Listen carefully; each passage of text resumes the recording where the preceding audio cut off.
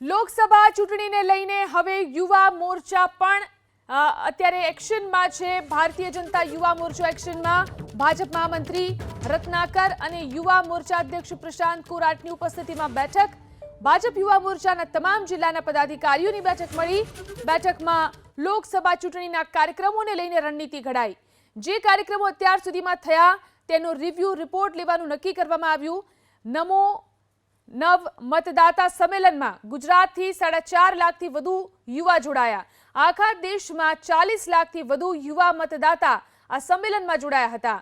20મી ફેબ્રુઆરીથી 7મી March સુધી વિધાનસભા સ્તરે યુવા ચોપાલનું આયોજન કરવામાં આવશે। તો લોકસભા ચૂંટણી પહેલા યુવા મોરચા તરફથી 12,364 વિવિધ કાર્યક્રમો પણ યોજવામાં આવશે। તો લોકસભા ચૂંટણીને લઈ અને આ તમામ તૈયારીઓ કરવામાં આવી છે। યુવા મોરચો એક્શનમાં આવ્યો છે।